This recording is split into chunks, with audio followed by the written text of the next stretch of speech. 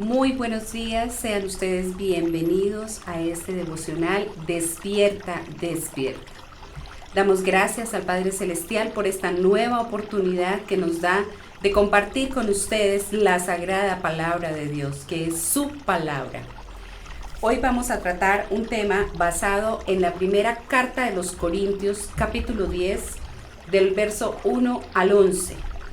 Dice la Escritura: porque no quiero, hermanos, que ignoréis que nuestros padres todos estuvieron bajo la nube y todos pasaron el mar.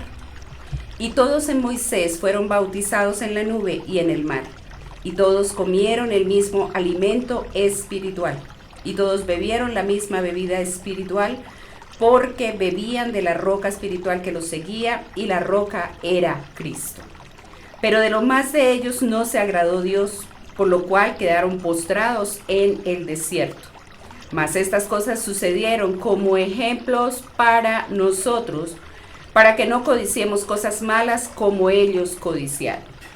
Ni seáis idólatras como algunos de ellos, según está escrito: se sentó el pueblo a comer y a beber, y se levantó a gozarse. Ni forniquemos como algunos de ellos fornicaron, y cayeron en un día 23,000.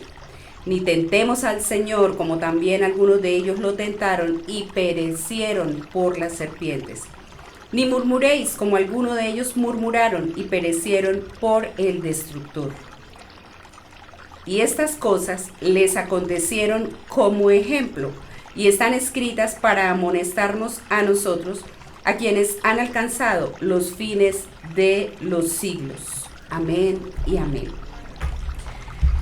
Deteniéndome a escudriñar la Escritura y a estudiar estos versos que estamos compartiendo hoy, con todos esos detalles que vemos en esta porción, definitivamente la Escritura nos insta a ser prudentes en todas las cosas que hagamos. Por eso hoy he titulado el tema del devocional: el criterio de la prudencia.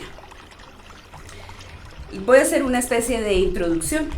Y hablemos de que la libertad cristiana tiene sus límites. Yo pudiese abrir ahí un paréntesis, o voy a abrir un paréntesis. Llegaría a pensar que mejor la libertad cristiana no debiera tener límites. ¿Por qué? Porque si a mí como cristiana, como verdadera creyente, como discípulo de Cristo, como seguidora de Cristo, me dicen haga lo que quiera, pero muy seguramente voy a actuar de acuerdo y conforme a lo que me dice la Escritura. Si es que soy verdadera creyente, discípula de Cristo, voy a seguir sus estatutos, sus ordenanzas, y voy a caminar como Cristo lo hacía. Cierro el paréntesis. Pero indudablemente tenemos que decir que la libertad cristiana tiene sus límites. Sin embargo, no incluye relación alguna con la idolatría, como ya la hemos visto en la Escritura. Aunque los ídolos nada son o no son nada, los poderes demoníacos que están detrás de ellos sí son reales. ¿Y por qué lo digo? Porque esto lo vemos en esta misma Escritura, versículos 19 y 20, primera carta de los Corintios, capítulo 10, versos 19 y 20. Y dice: ¿qué digo pues? ¿Que el ídolo es algo, o que sea algo lo que se sacrifica a los ídolos? Antes digo que lo que los gentiles sacrifican, a los demonios los sacrifican, y no a Dios. Y no quiero que vosotros os hagáis partícipes con los demonios. Nos está confirmando la Escritura que definitivamente sí hay un poder detrás de ellos. Israel tuvo experiencia redentora que se compara con el bautismo del agua, según leímos, y el participar en la cena del Señor. Pero ¿qué pasó? Muchos de sus hijos pecaron y fueron destruidos. Las mismas lecciones y esos mismos ejemplos quedan para nuestra vida, porque se aplican en la actualidad. Ahí podemos ver que el apóstol Pablo nos está diciendo que estas cosas acontecieron como ejemplo y están escritas para amonestarnos a nosotros. Miremos entonces y analicemos aparte de estos versículos. lo primero que tengo que ver o lo primero que vi y hay que destacarlo es la importancia de la conexión que hace el apóstol Pablo con el Antiguo Testamento. Estamos en 1 Corintios capítulo 10, Nuevo Testamento. Pero ¿qué pasa? Él refiere al Antiguo Testamento, citando la parte de Moisés y el pueblo de Egipto. Y eso lo encontramos en el Éxodo. Entonces es muy importante porque el mismo apóstol Pablo trae en mención el Antiguo Testamento. ¿Y por qué lo digo? Porque hay que destacarlo. Porque en ocasiones tendemos a pensar erróneamente que el Antiguo Testamento ya no aplica para este tiempo. Y vea que tiene bastante aplicabilidad.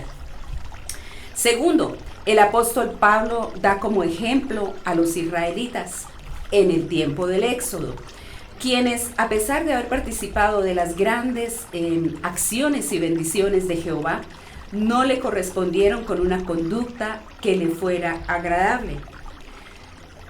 Tercer punto para tener en cuenta, el apóstol Pablo hace énfasis en que no quiere que ignoremos. Y ese énfasis, esa expresión está en el presente, expresada en tiempo presente. Que si bien nuestros padres estuvieron bajo la nube, es decir, ellos caminaban bajo la presencia de Dios en el desierto, la cual guiaba a ese pueblo de Israel, pasaron el Mar Rojo. ¿Y qué simbolizaba el pasar el Mar Rojo? Simbolizaba para ellos el pasar de la muerte a la vida. Entonces, traslademos ese párrafo a nuestro día. Quiere decir que el Espíritu Santo no quiere que seamos ignorantes respecto de estas verdades. Y que así como la nube estuvo sobre ellos cuando iban por el desierto, hoy está sobre nosotros la presencia del Espíritu Santo de Dios. Y el significado del Mar Rojo, de pasar de muerte a vida, lo que sucede con nosotros es que efectivamente hemos pasado de muerte a vida en el mismo momento en que hemos recibido a nuestro Señor y Salvador Jesucristo como Redentor. Y decidimos caminar con Él bajo sus preceptos y sus enseñanzas. Y ese es el paso de la muerte a la vida para nosotros los creyentes. El estar en la nube y el estar en el Mar Rojo se presenta como un bautismo, según nos dice el versículo 2, que unía al pueblo de Israel con Moisés. Asimismo, hoy, cuando nosotros nos bautizamos, somos unidos a Cristo en ese bautismo. Y de eso nos habla la Escritura también en 1 Corintios capítulo 12, verso 13. Y dice la Sagrada Escritura: porque por un solo Espíritu fuimos todos bautizados en un cuerpo, sean judíos o griegos, sean esclavos o libres, y a todos se nos dio a beber de un mismo Espíritu. Cuarto, para tener en cuenta, cuando la Escritura nos habla que todos comieron de la misma vianda espiritual, hace referencia al maná, y hoy es tipo de la cena o del pan que tomamos en la Santa Cena del Señor. Continúa mencionando que todos bebieron de la misma bebida espiritual. Y ahí la connotación o la analogía o la comparación que podemos hacer es con la peña de la que vertió agua. Y esa peña, nos dice la misma Escritura, esa roca era Cristo. Hoy también nuestra roca es Cristo. Entonces ya desde el Antiguo Testamento tipificaba o representaba a Cristo en la Sagrada Escritura. Como quinto punto para tener en cuenta, pasamos ahí a la lectura del verso 6. Y dice: mas estas cosas sucedieron como ejemplos para nosotros, para que no codiciemos cosas malas como ellos codiciaron. Aquí la Escritura es bastante clara y vuelve y nos habla en el tiempo presente, para tener ejemplo hoy nosotros. Lo importante es que aprendamos de ellos y no cometer los mismos errores. El primer error que vemos que tuvo el pueblo de Israel fue desear ese tiempo pasado. Dice que para que no codiciemos cosas malas como ellos codiciaron. Ellos anhelaban en su estadía en el desierto todas las comidas, todo lo que tenían en el pueblo de Egipto, aun cuando eran esclavos. Por ende, el aprendizaje para nosotros es no codiciar lo que tuvimos en tiempos anteriores antes de llegar a la nueva vida en Cristo. La Escritura nos dice que las cosas viejas pasaron y aquí todas son hechas nuevas. Si lo hacemos, o sea, si codiciamos, si volvemos a anhelar de nuestro pasado, quedamos expuestos a los mismos resultados que obtuvo el pueblo de Israel cuando cometieron esos errores. ¿Qué ocurrió? Perecieron, muchos. Dice que perecieron y otros fueron mordidos por las serpientes, en fin. Entonces, si nosotros hoy persistimos en anhelar nuestra vida pasada, en llenarnos de esa vida nuevamente, de seguir pecando conscientemente, si es que insistimos vivir en ese pecado, vamos a perecer. Sexto punto. Debemos tener en cuenta, de acuerdo a la Escritura, lo que nos dice el verso 7. Y dice, ni seáis idólatras como algunos de ellos, según está escrito. Se sentó el pueblo a comer y a beber, y se levantó a gozarse. Aquí nos menciona claramente la idolatría. ¿Y qué pasa con esa parte donde dice se sentó el pueblo a comer y a beber y se levantó a gozarse? Es una porción exacta que está escrita en Éxodo capítulo 32, verso 6. ¿Y qué ocurre en ese contexto? Es cuando el pueblo de Israel se desenfrena, causa que Moisés aún no había bajado del monte de hablar con Jehová. Aarón, que era el sumo sacerdote, estaba a cargo y el pueblo empezó a sentir esa necesidad de tener que adorar, de volver a esa idolatría. Construyen el becerro de oro y tal como lo menciona el texto, el pueblo se sentó a comer, a beber y se levantaron a divertirse o a gozarse. Escudriñando la Escritura, cuando nos habla de esa diversión, ahí está haciendo referencia a regocijarse, o ese gozo se refiere única y exclusivamente a una promiscuidad y vulgaridad del peor orden. Quiere decir que el pueblo entraba en un desenfreno inmoral. Y bueno, pues son los resultados del embriagarse con vino y demás cosas que estuvieran pasando. Entonces, hagamos la analogía al hoy. Israel hacía los sacrificios correctos porque dice que ahí ellos presentaron ofrendas de paz, hicieron el sacrificio. Ellos estaban haciendo el sacrificio correcto conforme a lo que exigía Jehová. Pero ¿qué pasaba? Tenían el altar equivocado.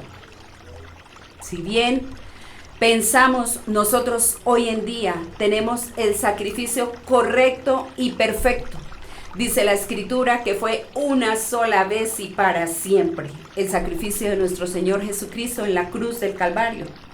Pero muchas veces también le presentamos el altar equivocado. Cuando permitimos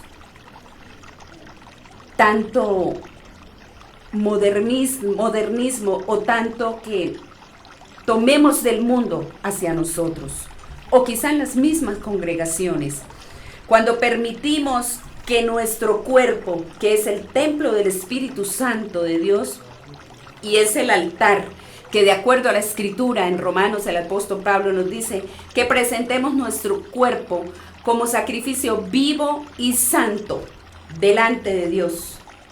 Y entonces cuando le presentamos el altar equivocado a Jehová, es cuando hemos permitido esa contaminación.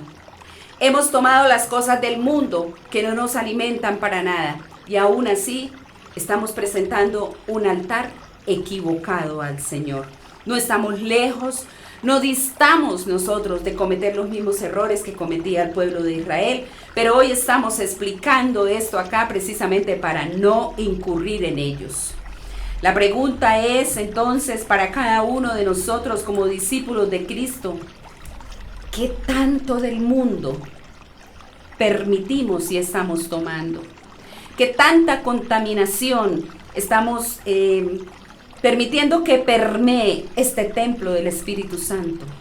Amados, estamos ya abocados a una época donde se vuelve todo prisa, donde hay un consumismo, donde el mismo sistema absorbe o nos absorbe de alguna manera. Estamos a puertas de empezar una época desenfrenada en muchas áreas. Entonces pensemos, ¿qué tanto estamos permitiendo o vamos a permitir que permee del mundo, del modernismo, a nuestro cuerpo, que es el Espíritu Santo, y dentro de nuestras mismas congregaciones? La invitación es que siempre pensemos en el Evangelio que nos representa Cristo y la cruz. Séptimo punto. Sigue hablando la Escritura en el verso 8. Dice, ni forniquemos, como algunos de ellos fornicaron y cayeron en un día 23,000.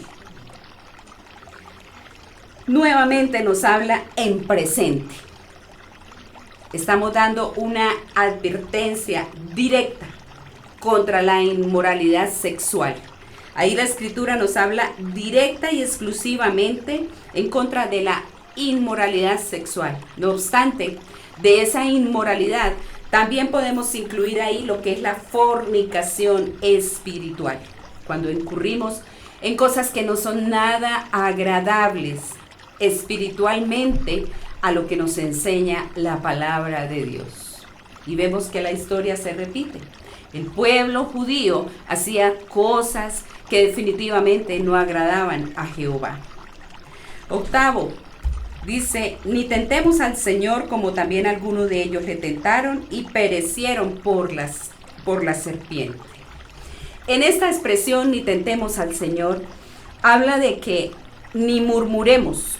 Hemos llegado, como ellos, algunos de ellos murmuraron, Estas dos partes, ni tentemos ni murmuremos, se refieren a dudar de la palabra de Dios y a criticar la manera en que Dios esté obrando. Finalmente, nos dice que estas cosas ocurrieron como ejemplo y están escritas para amonestarnos a nosotros, a quienes han alcanzado los fines de este siglo. Es para amonestación nuestra. Lo que quiere decir es que debemos tener en cuenta estas advertencias que nos está haciendo la Sagrada Escritura. ¿Y para cuándo es? Para esta edad de la iglesia. Eso no tiene otro significado. Los que hemos llegado a este tiempo, y eso lo podemos corroborar en Romanos 15, capítulo 15, verso 4. Nos dice la Escritura: porque las cosas que se escribieron antes para nuestra enseñanza se escribieron, a fin de que por la paciencia y la consolación de las Escrituras tengamos esperanza. Las cosas que se escribieron antes, esto quiere decir que hace referencia en su totalidad a las Escrituras del Antiguo Testamento, porque cuando el apóstol Pablo estaba escribiendo esas cartas, esas epístolas, no existía otra escritura que el Antiguo Testamento, conformado por el Pentateuco y los profetas. No existía otra cosa. Entonces miremos la relevancia que tiene definitivamente el Antiguo Testamento y en general toda la Escritura. ¿Para qué? ¿Para qué debemos tener en cuenta estas enseñanzas? Para que por la paciencia y por la consolación de estas mismas Escrituras tengamos esa esperanza, y esa esperanza está puesta en nuestro Señor Jesucristo. La palabra de Dios debe ser siempre nuestro criterio y debe ser de nuestra propia, y no debe ser de nuestra propia voluntad. es el criterio y es la voluntad que aquí está depositada, la voluntad del Padre, y no es acomodarla como nosotros pensemos o el entendimiento que queramos o el enfoque que queramos hacer darle. No, es de acuerdo al criterio que nos dejó establecido ya el Padre a través del Espíritu Santo en esta palabra. Recordemos, estimados amigos y hermanos, que el Padre nos demanda una vida en santidad, una vida que irradie a Cristo y una vida que sea radicalmente diferente a la gente del mundo. Su palabra nos dice que sin santidad nadie podrá ver a Dios. La invitación, como siempre, sigamos estudiando la palabra de Dios para crecimiento y conocimiento de su Hijo Jesucristo para salvación. Porque en esta palabra es donde está la clave para una relación más íntima con nuestro Padre Celestial, con su Hijo Jesucristo. Y ahí tenemos el contacto directo con el Espíritu Santo de Dios. Esa es nuestra invitación y seguirá siendo nuestra invitación hasta que Cristo venga. Estimados amigos, hermanos en la fe, les invitamos por favor a nuestra congregación. Somos Centro Familiar de Adoración. Allí hay un plan de crecimiento integral para que sigamos creciendo precisamente en ese conocimiento de la Sagrada Escritura, de la Palabra de Dios, en el conocimiento del Hijo de Dios para salvación. Aquí al final del mensaje han aparecido las direcciones de nuestras congregaciones a nivel nacional. Acuda, por favor, si no tiene dónde congregarse, a la más cercana. Y usted, amigo creyente, disponga su vida, su corazón, su casa para un grupo vida. Y así seguir extendiendo el reino de Dios aquí en la tierra a través de la promulgación de la palabra de Dios, de las buenas noticias. Por hoy hemos terminado con este devocional. Despierta, despierta. Les bendecimos en el nombre del Señor Jesucristo y que tengan un resto de día excelente. Paz del Señor. Bendiciones.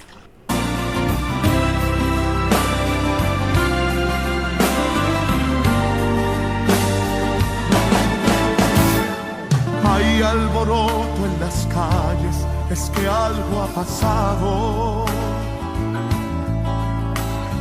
Veo a los hombres corriendo y a muchos gritando.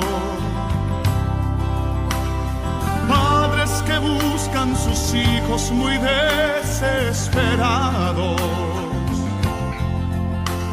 Parece que aquello que un día se anunció ha pasado. Yo no me encuentro en la tierra, estoy separado y siento que todo mi cuerpo y mi ser han cambiado, y en este lugar en que estoy yo gozo de calma, mientras abajo en la tierra sí gritan las almas.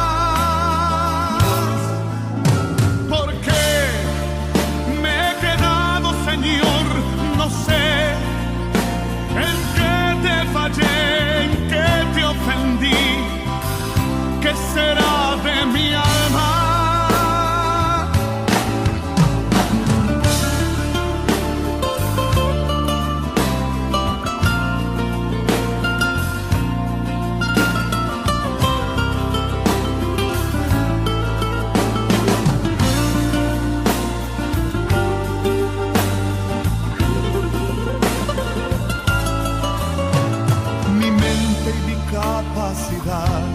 No pueden describir la gloria y el grande poder que hay en este lugar. Un trono que está rodeado de miles de ángeles, mientras abajo en la tierra se alborotan las calles. Despierta, pronto llega. que no abren